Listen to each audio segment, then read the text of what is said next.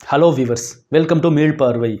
Lyca தயாரிப்பில் மகிழ் திருமேனி டைரக்ஷனில் அஜித் நடித்து விடாமல் பல முயற்சிகள் எடுத்து மிகப்பெரிய போராட்டங்களுக்கு பின்னால் உலகமெங்கும் இன்னைக்கு திரையரங்குகளில் வெளியாகி இருக்கிற விடாமுயற்சி படத்துடைய விமர்சன வீடியோ தான் இது.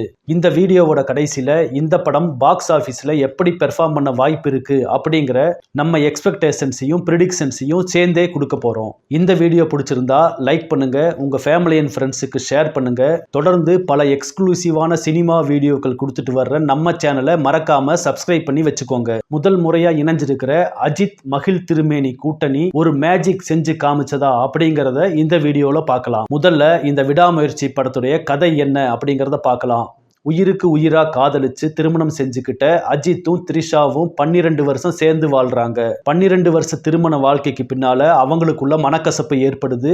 இந்த மனக்கசப்பு பெருசாறதுக்குள்ள 2 பேரும் டீசெண்டா பிரிஞ்சிடலாம், டைவர்ஸ் பண்ணிக்கலாம்னு முடிவெடுத்து அஜித் த்ரிஷாவை அவங்க அப்பா அம்மா வீட்டுல கொண்டு போய் விட்டுறலாம்னு முடிவெடுத்து 2 பேரும் கார்ல ஆள் நடமாட்டம் குறைவா இருக்கிற பாலைவன பகுதிகளில் பயணிக்கிறாங்க. இந்த பயணத்தின் போது ஒரு பிரச்சனை ஏற்படுது. கடைசியில இந்த பிரச்சனைகள்ல இருந்தெல்லாம் வெளியே வந்தாங்களா, டைவர்ஸ் பண்ணிக்க நினைச்ச அவங்க எப்படி சேர்ந்தாங்க அப்படிங்கறத சொல்றது தான் இந்த படத்துடைய முழு கதை. கதைன்னு சொல்றதுக்கு ஒண்ணுமே இல்லைங்க.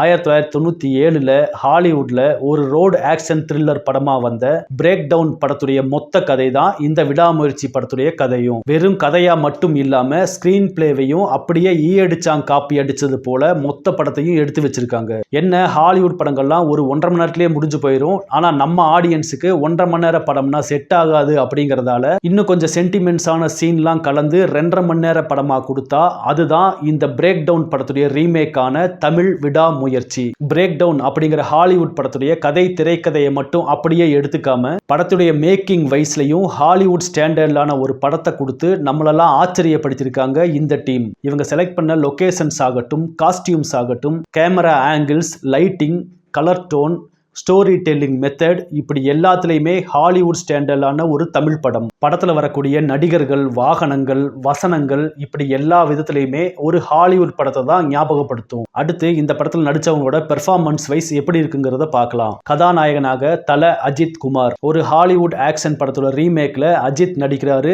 எப்படி பண்ணியிருப்பாருங்கிற எதிர்பார்ப்போட படத்தை பார்த்தோம்னா நிச்சயமா தன்னுடைய நடிப்பால அந்த எதிர்பார்ப்பை பூர்த்தி செஞ்சிருக்காருன்னே சொல்லலாம். படத்துல தனக்கான மாசான சீன்ஸ் எல்லாம் இல்லாட்டாலும் தன்னுடைய ஷட்டிலான அமைதியான ஆழமான பர்ஃபார்மன்ஸ்னால தனக்கு கொடுத்த கேரக்டரை பல மடங்கு தாங்கி பிடிச்சிருக்காரு அஜித். அதுவும் வில்லன் கேங்ல இருக்கிற சைடு வில்லன் கிட்ட, லேடி வில்லன் கிட்ட அடி வாங்குற, திட்டு வாங்குற சீன்ல எல்லாம் தான் ஒரு மிகப்பெரிய ஸ்டார் அப்படிங்கிற ஈகோவெல்லாம் மறந்து அந்த கேரக்டருக்கு உயிர் கொடுக்கும் விதமா தன்னுடைய இயல்பான நடிப்பை கொடுத்து அசர வச்சிருக்காரு அஜித் குமார். படம் முழுக்க தன்னுடைய அவசர முடிவுனால தன்னுடைய மனைவிக்கு எந்தவித ஆபத்தும் நேர்ந்துடக்கூடாது அப்படிங்கிற பரிதவிப்போட ஒருவித இறுக்கமான நடிப்பை வெளிக்காட்டி அசர வச்சிருக்காரு. அஜித்துக்கு அடுத்தபடியா இந்த படத்துல முக்கியமான கேரக்டர்ஸில் நடிச்சிருக்கிற அர்ஜுன், த்ரிஷா, ரெஜினா கசன்ட்ரா, இப்படி எல்லாருமே தங்களுடைய பெர்ஃபார்மன்ஸ் சூப்பரா பண்ணிருக்காங்கன்னே சொல்லலாம். இவங்களை தவிர இந்த படத்துல மற்ற சப்போர்ட்டட் கேரக்டர் நடிச்சிருக்கிற எல்லா நடிகர்களுமே அவங்கவுங்க கேரக்டரை அவங்க நடிப்பால சிறப்பா செஞ்சிருக்காங்கன்னே சொல்லலாம். இத்தனை கேரக்டர்ஸ் இருந்தா கூட ஹீரோ அஜித்தோட கேரக்டர் தான் படத்துடைய ஸ்டார்டிங்ல இருந்து எண்டு வரைக்கும் ஃப்ரேம் பை ஃப்ரேம் ஆக்கிரமிச்சிருக்கு.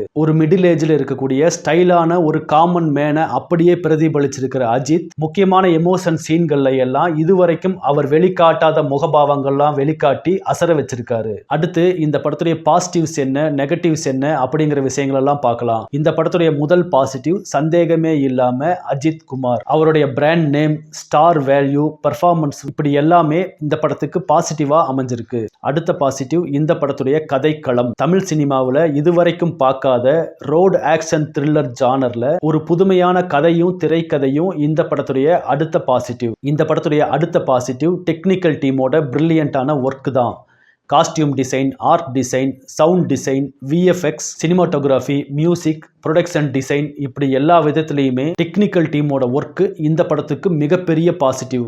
பர்டிகுலரா சினிமாட்டோகிராஃபியும் மியூசிக்கும் அட்டகாசம் பண்ணியிருக்காங்கன்னே சொல்லலாம். சினிமாட்டோகிராஃபர் ஓம் பிரகாஷோட கேமரா இந்த கதை நடக்கக்கூடிய அஜர்பைஜான் நாட்டோட பாலைவன பகுதிகளை ஏரியல் ஷாட்ல, வைட் ஆங்கிள் இப்படி பல இடத்துல வித்தியாசமா காமிச்சதோட மட்டும் இல்லாம அந்த பகுதிகளோட தனிமையை தங்களுடைய கேமரா மூலியமா பார்வையாளனுக்கு கடத்துற விதத்துல நிச்சயமா ஒரு ஹை கிளாஸ் ஒர்க்கை பண்ணிருக்காங்கன்னே சொல்லலாம். நம்மளும் நிஜமா அசர்பைஜான் பாலைவனத்துல மாட்டிக்கிட்டோமோ அப்படிங்கிற உணர்வை ஏற்படுத்துற விதமா அற்புதமா அமைஞ்சிருக்கு ஓம் பிரகாஷோட சினிமோட்டோகிராஃபி. அடுத்ததா இந்த படத்துக்கு அனியோட மியூசிக் மிகப்பெரிய பலம். படத்துல ஒவ்வொரு பிரச்சனையான சீன்கள் வரும்போதெல்லாம் இவங்களுக்கு என்ன ஆபத்து நேருமோ அப்படின்னு ஆடியன்ஸை சீட் எட்ஜில் உட்கார வைக்கிறது அனியோட பிஜிஎம்ஸ் தான். இந்த படம் இதுவரைக்கும் அவர் பண்ண படங்கள்ல இருந்து முற்றிலும் மாறுபட்ட ஜானர்ல அமைஞ்சிருந்தா கூட படத்துக்கு உண்டான த்ரில்லர் மோட அந்த டெம்போ குறையாம கடைசி வரைக்கும் காப்பாத்துறது அனியோட மியூசிக் மட்டும்தான். முக்கியமா படத்துடைய ஆக்ஷன் சீன்கள்ல எல்லாம் அனியோட மியூசிக் தெரிக்க விடுது. அதே போல பத்திக்கிச்சு பாடலும் அதை படத்துல பிளேஸ் பண்ணப்பட்ட இடமும் நிச்சயமா அந்த சீனை இன்னும் எலிவேட் பண்ணி கொண்டு போய் கூஸ் பம்ஸா அமைஞ்சிருக்கு. படத்துல வரக்கூடிய லொகேஷன்ஸ் எல்லாம் செம்மத்தனமா இருக்குதுங்க. இந்த கதையை இது போல லொகேஷன்ஸ்ல போய் எடுத்தாங்களா இல்ல லொகேஷன்ஸை பார்த்துட்டு இது போல கதையை அமைச்சாங்களானே தெரியல. அப்படி கனக்கச்சிதமான லொகேஷன்ஸை இந்த படத்துக்காகவே தேடி கண்டுபிடிச்சி எடுத்திருக்காங்க.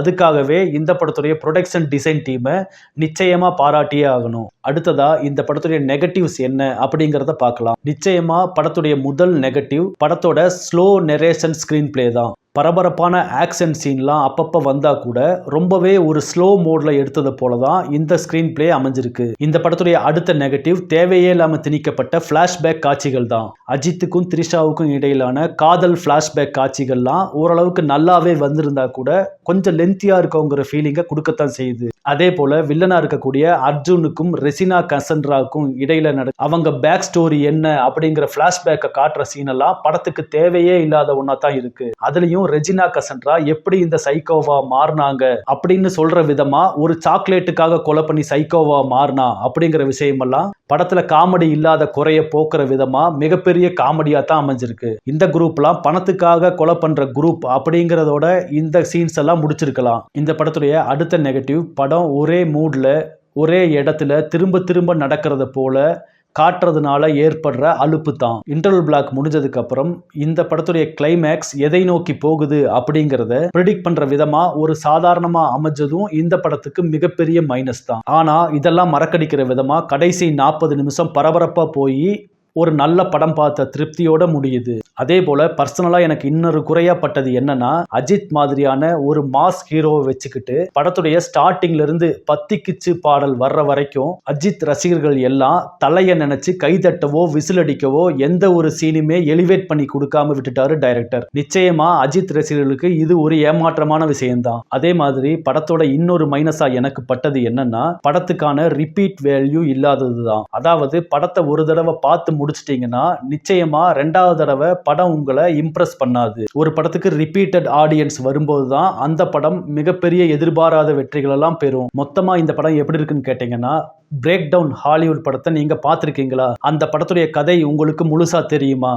அப்ப நிச்சயமா உங்களுக்கெல்லாம் இந்த படம் ஒரு புது படம் பார்த்த திருப்தியே கொடுக்காது. அந்த படம் எப்படி இருந்துச்சோ அதே போல அதே ஸ்கிரீன் பிளேவில் எடுக்கப்பட்ட இன்னொரு படம், அவ்வளவுதான். ஆனா அந்த படத்தை நான் பார்த்ததே இல்லை, அந்த பட கதை எனக்கு இதுவரைக்கும் தெரியாது அப்படிங்கிற ரீதியில படத்தை பார்த்தீங்கன்னா நிச்சயமா உங்களுக்கெல்லாம் திருப்தியை கொடுக்கக்கூடிய ஒரு one time decent watchable film தான் இந்த விடாமுயற்சி. நம்ம ஏற்கனவே சொன்னதை போல அஜித் மகிழ் திருமேனி கூட்டணி இந்த படத்தின் மூலியமா ஒரு மேஜிக் செஞ்சு காமிச்சதா அப்படின்னு கேட்டீங்கன்னா ஒரு தடவை பார்த்து ரசிக்கக்கூடிய ஒரு படத்தை கொடுத்த இந்த கூட்டணி நிச்சயமா ஒரு மேஜிக்கை நிகழ்த்தி காட்டல அப்படிங்கறத மட்டும் உறுதியா சொல்லலாம். ஓகே, அடுத்து நம்ம இந்த படத்துடைய பாக்ஸ் ஆபீஸ் எக்ஸ்பெக்டேஷன்ஸ்குள்ள போகலாம். ட்ரேட் வட்டாரத்துல இந்த படத்துக்கான பாக்ஸ் ஆபீஸ் பிரெடிக்ஷன்ஸ் எப்படி இருக்குன்னு எதிர்பார்க்கறாங்கன்னா இந்த படத்துக்கான தமிழ்நாடு டே 1 கிராஸ் 30 கோடிகளுக்கும் அதிகமா இருக்கும்னு எதிர்பார்க்கறாங்க. இதுவரைக்கும் தமிழ்நாடு டே 1 கிராஸ்ல அதிகபட்ச கலெக்ஷனான வலிமை படத்தோட வசூல இந்த விடாமுயற்சி பட வசூல் முறியடிக்க வாய்ப்பு இருக்குன்னு சொல்லிக்கிறாங்க. ஏன்னா தமிழ்நாட்டில் மட்டும் 1000 ஸ்கிரீன்களுக்கு மேல இந்த படம் திரையிடப்பட்டிருக்கு. படத்துக்கான அட்வான்ஸ் புக்கிங்கும் மிகப்பெரிய அளவில் நடந்திருக்கிறதால டே 1 தமிழ்நாடு கிராஸ் நிச்சயமா பெரிய நம்பர்ல இருக்குன்னு எதிர்பார்த்துட்டு இருக்காங்க. நம்மளோட கருத்துப்படி இந்த படத்துடைய தமிழ்நாடு டே 1 கிராஸ் 30 கோடிகள் நிச்சயமா இருக்கும். அதே போல இந்த படத்துடைய வேர்ல்டு வைடு டே 1 கிராஸ் 75 கோடியிலிருந்து 100 கோடிக்கு உள்ள இருக்கலாம். இந்த படத்துக்கான முதல் 4 நாட்கள் தமிழ்நாடு கிராஸ் 75 கோடியிலிருந்து 100 கோடிகள் வரைக்கும் முதல் 4 நாட்கள்ல வேர்ல்டு வைடு கிராஸா 200 கோடியை நெருங்கும்னு எதிர்பார்க்கப்படுது. அதே போல முதல் வார முடிவுல வேர்ல்டு வைடு கிராஸா இந்த படம் 300 கோடிகளை தொடர்றதுக்கும் வாய்ப்பு இருக்கு. அப்படி முதல் வார முடிவுல இந்த படம் 300+ கோடிகளை கடந்துட்டா இந்த படத்துடைய லைஃப் டைம் வேர்ல்டு வைடு கிராஸா இதுவரைக்கும் அஜித் நடிச்ச படங்கள்ல புதிய உச்சம் தொட்ட வசூல் பெற்ற படமா விடாமுயற்சி படம் அமையும் அப்படிங்கறதுல சந்தேகமே இல்லை. பார்க்கலாம் இந்த படம் வரப்போற நாட்கள்ல மக்கள் கிட்ட எவ்வளவு பெரிய ரீச் ஆக போகுது, அஜித் கேரியர்லயே அதிக வெற்றி பெற்ற படமா அமையுமா அப்படிங்கறதெல்லாம் பொறுத்திருந்து பார்க்கலாம். இந்த படத்துடைய டே 1 தமிழ்நாடு கிராஸ் எவ்வளவு இருக்கும், இந்த படத்துடைய வேர்ல்டு வைடு டே 1 கிராஸ் எவ்வளவு இருக்கும், இந்த படத்துடைய ஒட்டுமொத்த life time world wide cross எவ்வளவு இருக்கும் அப்படிங்கிற உங்க கருத்துக்களை எல்லாம் கமெண்ட்ஸ்ல சொல்லுங்க. மீண்டும் இன்னொரு சுவாரஸ்ய வீடியோவுடன் உங்களை சந்திக்கிறேன். பை.